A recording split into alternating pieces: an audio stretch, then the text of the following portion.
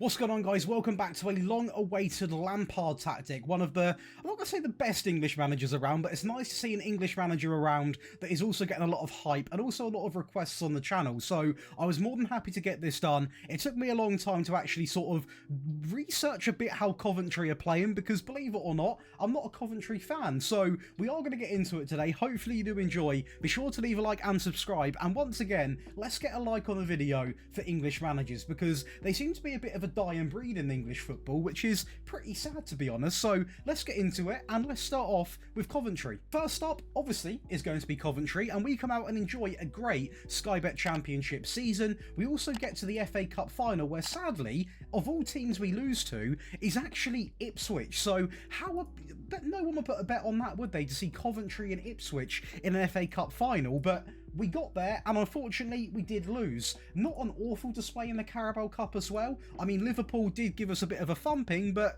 we are also tested as Liverpool, so it's pretty unfair. When it comes to the Championship, we are going to thrive, and I tell you what, right, 79 goals. Now, I will say, he does play a lot of games in the league, and obviously, there are some teams in this league that, let's say, are teams you can stat pad against. We'll put it very, very politely. You've also got Jack coming in with 21 goals, Ben Wilson the second most clean sheets, Matt Grimes, Ben when it comes to the assists as well. And as a team, we scored 158 goals, so 68 goals more than Derby. We had over 900 shots. Possession, we were quite competitive inside of 7th place. Dribbles made, we are not going to be on there. Defensively, second, just behind Leeds a little bit in both regards, the clean sheets and also the fewest conceded. But where we really did shine was the goal scoring side, and that was enough to get the job done.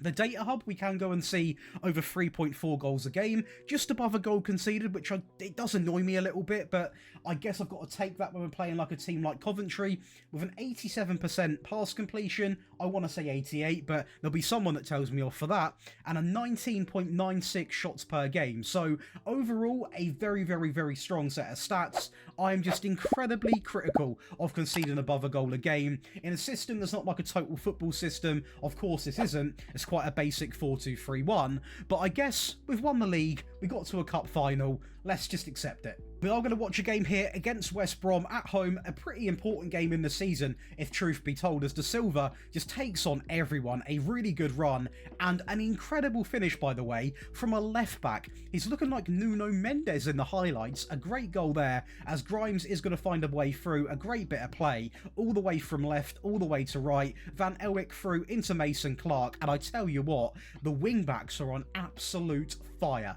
Absolute fire. They are both on attack, just to do a little spoiler right now, because they are playing with quite attacking wing backs, and I mean, why wouldn't you? You've got De Silva, you've got Van Elwick. It's basically the best wing backs you can get in the Championship. Over to a very unique test with FC Metz. I feel like I've only been tested in the top divisions recently, so I went into the second tier of French football, and we win 29 games, draw 4, and only lose 1 game. Also a semi-final appearance in the French Cup, and I was just really happy with what we have done. We've got some really key performers across all of the rankings, and in terms of the stats, we are going to take home the most possession, the most goals, the most shots, the fewest shots against. Defensively, we're going to be joint first with FC Lorient, so a very, very strong season.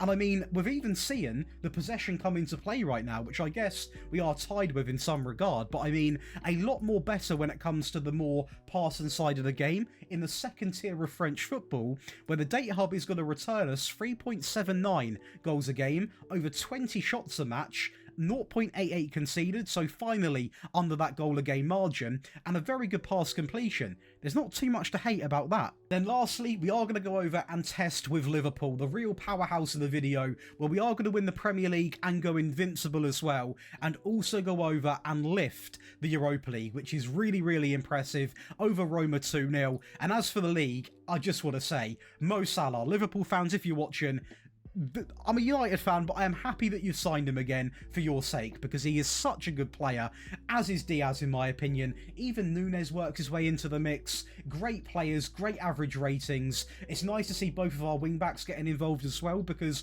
wing-backs actually a very key part of this tactic, which you might not assume with a Frank Lampard sort of game plan, but trust me, they are. And in terms of the stats, we are going to be up there in possession. I say up there, in the top 8. The most goals to be expected, the most no shots to be expected, and also defensively, we're actually quite clear for the first time, taking a real big advantage over City in both regard. The data hub, we can go and see a very good 3.92 goals per game, 0.34 conceded, so these are the levels you can expect with top teams, over 20 shots a game and a very good pass completion. This is a lot better. And it is a rule to always watch a European final on this channel, and I tell you what, this game wasn't the most sort of electric game, because the first goal actually got given as an own goal, believe it or not, which I feel was quite harsh on Szoboszlai, and the second goal was a penalty from the Egyptian king himself, and that's some bottle to do that. Now, over to your favourite part of the video, and that is going to be the tactic breakdown. If you are enjoying, be sure to leave a like and subscribe. And once again, if you do enjoy rebuilds, make sure you come on over to Daily Josh. And if this video gets 80 likes, I will make a 10-year Coventry rebuild over on Daily Josh. Now, what you want to do is create your own style, pretty simple, and go over and load in a 4-2-3-1 DM AM wide. The first thing, down to the bottom left, from balanced all the way up to positive, and we are now going to talk about a bit of Frank Lampard ball. Now, I will say in this tactic, you are going to see a lot of default instructions being used, and it is not a mistake at all. It's just keeping things quite basic with a team like Coventry actually works really, really well. Right then, so the first thing we're going to do is go over to the goalkeeper, where we actually are going to deploy a sweeper keeper, but he is going to be told to be on defend. Nothing really crazy going on there. When it comes to both of the central defenders, both of them are actually going to be 2 central defenders, both on the default instructions. So again, nothing too ridiculous there. I didn't really feel the need or feel that comfortable playing a ball-playing defender in this system. When it comes to the wing-backs, we are going to deploy 2 attacking wing-backs. Now, this tactic does require to an extent that you have got a couple or at least one really good attacking wing-back, because they do chip in a lot with the assists. And even if they don't get the direct assists, they are going to be up there linking up the play. So it is a real big need to have them in the tactic. So I am going to be honest, make sure you've got them. At worst case scenario, you only have one. You'd have to prioritise one of the wingers and make him more attacking and make that wing back more sort of defensive minded, and it would still work somewhat the same.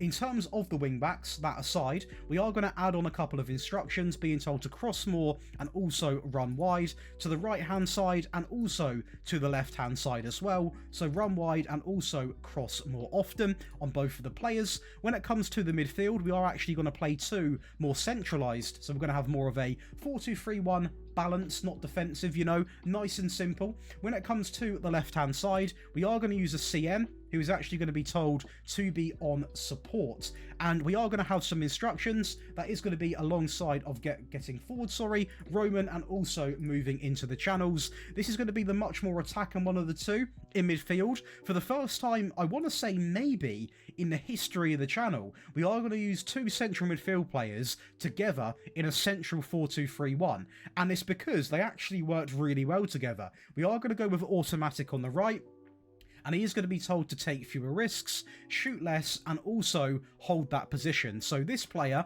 is going to be a lot more sort of stagnant, a lot more sort of, well, holding the position in midfield. He's not, for example, going to be moving into channels, taking up different areas. He's going to be quite defensively minded and just be a simple, risk-free option to pass to. I do want to quickly say at this part of the video, if you are enjoying, be sure to leave a like, and if you are interested in getting all of these wonderful perks, which does include access to all 3 of these tactics today, getting them on mobile, on console, and also getting all of my year's tactics, all of my rebuild files, Wonder Kid shortlists, also big one-on-one tactical help, ad-free viewing on every single video, and access to big monthly giveaways, you can head over and check out the Patreon, where you can still get 20% off your first month. So make sure you go over and get stuck in. No FM impundered. Now, going over to, we are going to go and talk about the sort of front 4. When it comes to the front line, we are going to use a pressing forward, and he's simply going to be set to attack on the default instruction, because by default, he is naturally going to move into the channels,